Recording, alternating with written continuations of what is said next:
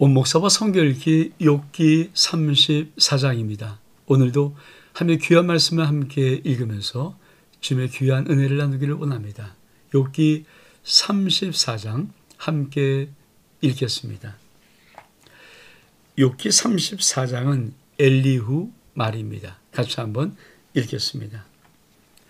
엘리후가 말하여 이르되 지혜는 자들아 내 말을 들으며 지식 있는 자들아 내게 귀를 기울이라. 입이 음식물의 맛을 분별한 같이 귀가 말을 분별하나니 우리가 정의를 가려내고 무엇이 선한가 우리끼리 알아보자. 욥이 말하기를 내가 의로우나 하나님이 내 의를 부인하셨고 내가 정당함에도 거짓말장이라고 하였고 나는 허물이 없으나 화살로 상처를 입었노라 하니 어떤 사람이 욥과 같으랴. 욥이 비방하기를 물 마시듯 하며 악한 일을 하는 자들과 한패가 되어 악인과 함께 다니면서 이르기를 사람이 하늘을 기뻐하나 무익하다 하는구나. 사실 이 욥의 세 친구 엘리바스 빌닷 소발의 이야기가 다 끝나고 그리고 욥이 아주 긴 자기의 말을 독백을 하죠. 그리고 나서 이제 그 모든 말을 다 들은 다음에 엘리후가 등장하는 것입니다. 근데 이 엘리후의 관점이 사실은 도덕적인 관점, 전통적인 관점, 이런 모든 관점, 이런 것들과 사실은 크게 다르지는 않습니다. 단지 엘리후의 이 욥을 향하여서 보는 것은 엘리바스 빌닷 소발과 같은 관점에서 약간은 진일보한 고난의 재해석의 의미를 담고 있기에 우린 좀 소중합니다. 그러나 이제 엘리후의 말의 뒷부분은 점차 자기의 논리를 피다 보면서 욥의 세 친구와 똑같이 이렇게 코너로 몰고 가는 그런 한계를 가지고 있습니다. 그래서 이제 뒤에 말씀하신 하나님의 귀한 말씀으로 욥의 고난의 의미를 정확히 하나님 관점에서 해석하는 그 말이 나오지만 어떻든 여러분 욥기를 읽을 때 엘리후 나오면 이 엘리후는 욥의 고난을 엘리바스 빌닷 소발과 같은 관점보다 좀 더 진일보한 고난의 재해석적인 관점이다. 이런 기준을 가지고 욥기를 읽어나가면 되겠습니다. 다시 한번 우리 천천히 한번 볼까요? 자, 엘리후가 말하되 지혜는 자들은 내 말을 들으며 지식 있는 자들아 내게 귀를 기울이라. 자, 음식물은 입으로 분별하듯이 귀로 말을 분별하는데 우리가 한번 가려보자 주제. 욥이 무엇을 말하고 우리는 무엇을 말하는가. 욥은 자기가 의롭다고 말합니다. 근데 하나님이 내 의를 부정하고 내가 정당함에도 불구하고 하나님을 거짓말장이로 하고 나에게 허물 없으나 화살 상처를 입었더라고 말합니다. 그러니까 엘리는 마음속으로 이놈이 고난을 재해석하는 것은 맞지만 욥을 볼 때마다 욥이 자기는 의리이다, 하나님이 자기를 때렸다 이렇게 말하는 말이 사실은 화가 나죠.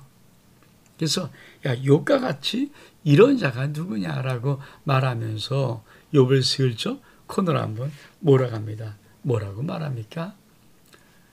욥이 비방이를 물 마시다며 악한 일을 하는 자들과 한패가 되었다. 욥 나쁜 놈이네. 악인과 함께 다니면서 사람이 하나님을 기뻐하나 무익하다라고 하는도다. 그러니까 이 엘리후도 엘리바스 빌닷 소발과 같은 관점에서 욥은 나쁜 자야. 다시 우리 한번 이 엘리후를 보면서 다시 한번 우리가 정리를 한번 해보고 지나가기를 원합니다. 여러분,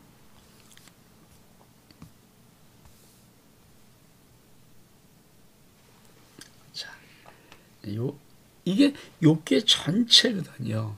그러니까 엘리바스는 고난을 경험주의로, 빌닷은 전통주의로, 소발은 도덕주의로, 엘리후는 교훈주의로. 그러니까 경험, 전통, 도덕, 교훈주의로. 그러니까 이것이 이 기본적인 요 틀이 욥기서를 이해하는데 이렇게 아주 중요한 키입니다. 그러니까 엘리바스, 빌닷, 소발이 왜 욥의 경험을 해석하지 못하는가?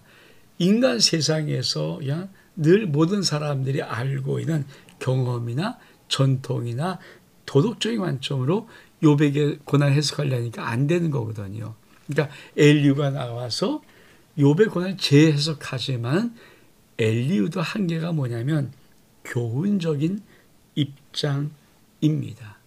그러니까 교훈적으로 볼 때 고난은 그러니까 하나님이 그에게 무엇인가를 알려준 고통과 고난을 통해서 하나님이 뜻을 알려주려는 어떤 의미가 있다. 이 관점이지만 그러나 엘리후, 빌닷, 소발 같은 이 관점의 욥을 비판하는 데는 그냥 그렇게 큰 차이가 없어요.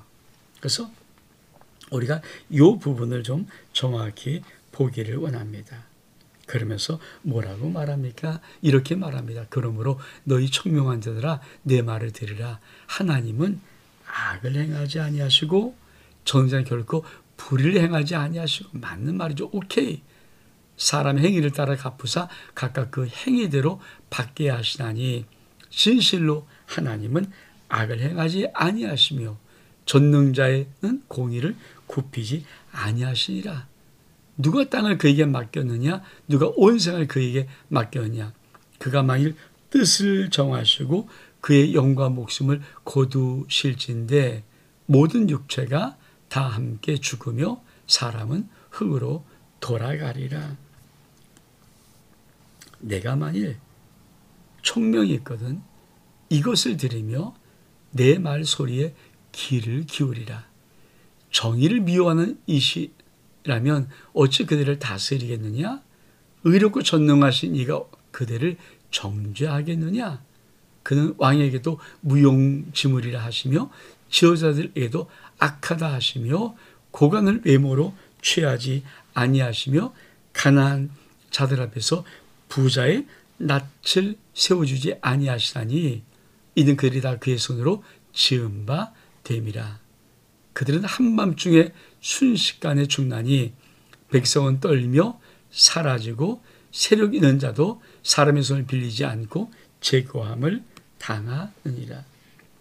여러분, 엘리바스, 빌닷, 소발이나 이 엘리후가 하나님을 향해서 말하는 것은 일반 논적이나 우리가 좀 볼 때 맞아요. 그러니까 엘리후가 말하는 말도 정확히 맞죠. 그렇죠? 자, 뭐라고 말합니까? 하나님은 악을 행하지 않습니다. 아멘. 결코 불의를 행하지 않습니다. 행위를 따라 갚으시고 그 행위대로 받게 하십니다. 정확히 맞는 말이죠. 하나님이 불의를 행하실까요? No. 하나님이 악을 행하실까요? No. 그러니까 엘리후는 교훈적인 관점에서 볼 때 욥의 말이 한편으로는 이해가 안 되는 거예요. 야, 하나님이 행위를 따라 갚으셔.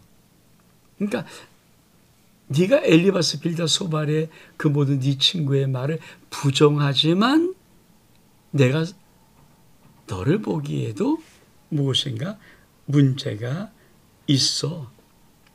그래서 어떻게 합니까? 하나님은 악을 행하지 아니하고 공의를 굽히지 아니하며, 자, 하나님은 뜻을 정하고 그의 영과 목숨을 거두실진데 사실 모든 육체가 다 죽고 흙으로 돌아가는 거 아니냐? 그렇죠. 여러분, 하나님을 향하여 말하는 말들은 사실은 크게 잘못된 것은 없어요. 욥의 세 친구도 엘리후도 마찬가지고, 단지 그 하나님에 대한 부분이 아니라 욥의 고난의 부분은 하나님과의 관계 퀘스천이라는 것을 이 세 친구와 엘리오는 거기까지는 모르는 거예요. 근데 우리가 3절부터 엘리오의 말을 보면서 엘리오를 통해서 무엇을 놓치면 안 되냐면 엘리오는 그래도 엘리바스 빌다 소발과 다르게 고난의 의미를 재해석하고 있다. 이게 소중한 아주 귀한 말 교훈이거든요. 그러니까 이게 참 중요한 거거든요. 우리도 말씀을 볼까요? 자, 정의를 미워한 자라면 어찌 그대를 다스리겠고 의롭고 전능하시니까 어떻게 그대를 정죄하겠는가. 자, 하나님은 왕에게도 무용심이라 말하고 지도에도 악하다가 말한다. 고갈 외모로 대하지 않고 강한 자라고 부산에서 세우시지 아니한다. 왜? 하나님이 창조주 하나님이기 때문에. 그러니까 하나님은 인간에게 뭐 이렇게 손바닥을 비벼거나 좀 굽시거나 이런 거 안 한다. 왜? 그럼 당신 창조주시니까. 그러니까 절대 그런 거 없다. 그리고 한순간에 하나님은 그러니까 모든 사람을 다 그 생명을 끊을 수도 있다. 야, 그런 분이 너에게 잘못하겠느냐? 이것이 엘리후의 관점입니다. 그러면서 무엇을 말합니까? 아주 참 중요한 말을 하는데 그는 사람의 길을 주목하시며 사람의 모든 걸음을 감찰하시나니 행악자는 숨을 만한 흑암이나 사망의 근이 없느니라. 하나님은 사람을 심판하시기에 오래 생각할 것이 없으시니 세력 있는 자를 조사할 것이 없이 꺾으시고 다른 사람을 세워 그를 대신하게 하느니라. 그러므로 그는 그들의 행위를 아시고 그들을 밤사이 뒤집어 엎어 흩으시는도다. 그들을 악한 자로 여겨 사람의 눈앞에서 치심은 그들이 하나님을 떠나고 그의 모든 길을 깨달아 알지 못함이라. 그들이 이와 같이 하여 가난한 자의 부르짐이 그에 상달하게 하며 빈궁한 자의 부르짐이 그에 들리게 하느니라. 주께서 침묵하신다고 누가 그를 정죄하며 그가 얼굴을 가리신다고 누가 그를 배울 수 있으랴. 그는 민족에게나 인류에게나 동일하시나니 이는 경가지 못한 자가 권세를 잡아 백성을 올가매지 못하게 하려 하심이니라. 우리 같이 엘리의 말을 욥의 고난 빼놓고 보면 100% 맞는 말입니다. 100% 맞는 말이죠. 참 멋진 말을 해요. 뭐라고 말합니까? 그는 사람에게를 주목하시고 모든 사람의 걸음을 감찰한다. 여러분, 하나님이 내 길을 주목하세요. 그리고 나의 모든 걸음을 하나님은 잘 감찰하십니다. 뿐만 아니죠. 여러분, 행악자는 숨을 만한 사망이나 흑암이나 그물이 없습니다. 숨을 곳이 없어요. 그러니까 다 감찰하신 하나님, 다 보고 계신 하나님, 내 알지 못하는 것이 하나도 없으신 하나님, 내 입의 말에 모든 걸 다, 내 생각을 다 하신 하나님, 그 감찰하는 하나님 앞에 어떤 자가 자기의 악을 숨길 수 있느냐? 그럴 수 없다. 그러므로 고난은 어떤 하나님의 어떤 뜻이 있거나 하나님이 너를 보면서 무엇인가 문제가 있기 때문이다. 그뿐이 아니죠. 다 걸음걸음을 주목하고 감찰하시기에 뭐라고 말합니까? 이렇게 말합니다. 사람을 심판하기 오래 생각할 것이 없다. 그러니까 왜 사람을 심판하는데 오래 생각하지 않습니까? 이미 다 보셨고 결정 내신 거예요. 이게 하나님이십니다. 그렇죠? 근데 사람들은 어떤가? 하나님을 떠나고 하나님의 모든 길을 깨닫지를 못합니다. 여러분, 28절에 보면 그들이 이와 같이 가난한 자의 부르짖음이 그에게 상달되고 빈곤한 자의 부르짖음이 그에게 들리게 하느니라. 주께서 침묵하신다고 누가 그를 정죄하며 얼굴 가리신다고 누가 그를 비울 수 있으랴. 여러분, 사실은 하나님은 가난한 자의 모든 궁핍한 자의 어려움, 고난 환난 당한 자의 어려움을 다 듣고 계시죠.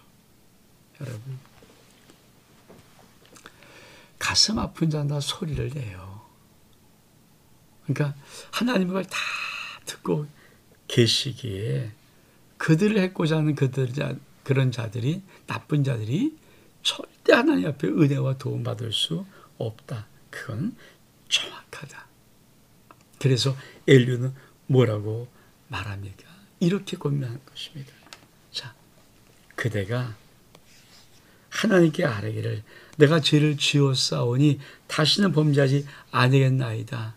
내가 깨닫지 못하는 것을 내게 가르쳐서 내가 악을 행하였으나 다시는 아니하겠다고 하였는가? 하나님께서 그대가 거절한다고 하여 그대의 뜻대로 속죄를 치르시겠는가? 그러면 그대가 스스로 택할 것이요 내가 할 것이 아니니 그대는 아는 대로 말하라. 좀 말해봐라. 슬기로운 자와 내 말을 듣는 지 있는 사람은 반드시 나에게 말하기를 욥이 무식하게 말하니 그의 말이 지혜롭지 못하도다 하리라. 나는 욥이 끝까지 시험 받기를 원하노니 이는 그 대답이 악인과 같음이라. 그가 그의 죄에 반역을 더하며 우리와 어울려 손뼉을 치며 하늘 거역하는 말을 많이 하는구나.